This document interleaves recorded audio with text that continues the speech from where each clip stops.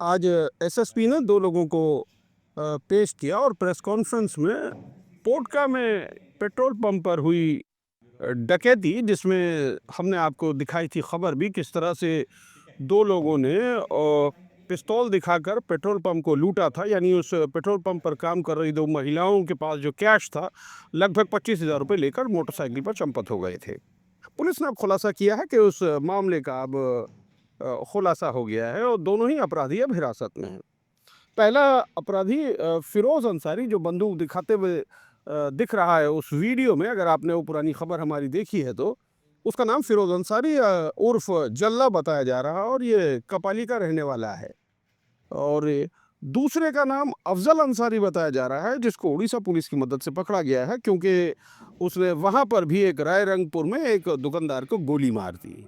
इन दोनों ही का आपराधिक रिकॉर्ड है और झारखंड, छत्तीसगढ़ और उड़ीसा में ये अक्सर जुर्म करते आ रहे हैं। इनके पास से एक रिवॉल्वर और 2 जिंदा कारतूस भी मिले हैं और भी बहुत कुछ मिला है, जिसके बारे में पुलिस ने अभी खुलासा नहीं किया। पुलिस को लगता है जैसे और भी लोग इसमें इन्वॉल्व हो सकते हैं या किसी बड़े गैंग का हिस्सा हो सकते हैं। या इसीलिए पुलिस अभी भी इस पर एक नज़र बनाए हुए है और कड़ी निगरानी के तहत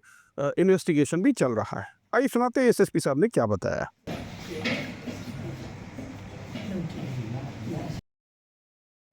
दिनांक 6 मई 2025 को एक लूट की घटना हाथा चौक के पास एक पेट्रोल पंप में कोटका थाना अंतर्गत घटित हुई और इन्हीं अपराध कर्मियों के द्वारा आगे चलकर रायरंगपुर में भी उड़ीसा में एक शराब दुकानदार के ऊपर में फायरिंग की घटना को अंजाम दिया गया और वहाँ भी लूटपाट की घटना को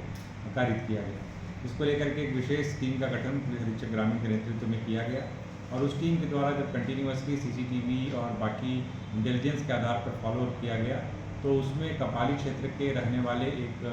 कुख्यात अपराधकर्मी जल्ला फिरोज और उसके साथियों की भूमिका सामने आई,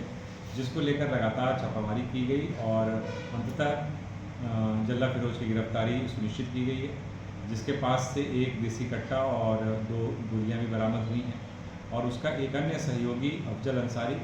वो उड़ीसा पुलिस के द्वारा पकड़ा गया है, जिसे हम रिमांड पे लेंगे। तीसरा अपराधकर्मी अभी फरार चल रहा है, जिसको लेकर छापामारी की जा रही है और उम्मीद है कि जल्दी ही वो भी गिरफ्त में होगा।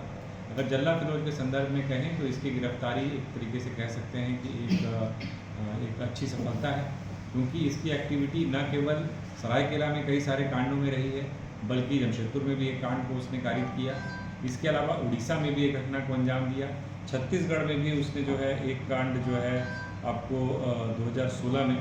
9 साल पहले वहाँ भी आर्म्स एक्ट के केस में वो आरोपित रहा है। तो इस प्रकार से इसकी एक्टिविटी जो है न केवल सरायकेला डिस्ट्रिक्ट के अंदर बल्कि अन्य ज़िलों में और अगर राज्य की बात करें तो अन्य स्टेट्स में भी इसकी एक्टिविटी है। तो वैसे में इसके विरुद्ध कार्रवाई करके पुलिस ने जो है कामयाबी हासिल की है और उम्मीद है कि जल्द ही इसके ग्रुप के बाकी लोग भी पुलिस की गिरफ्त में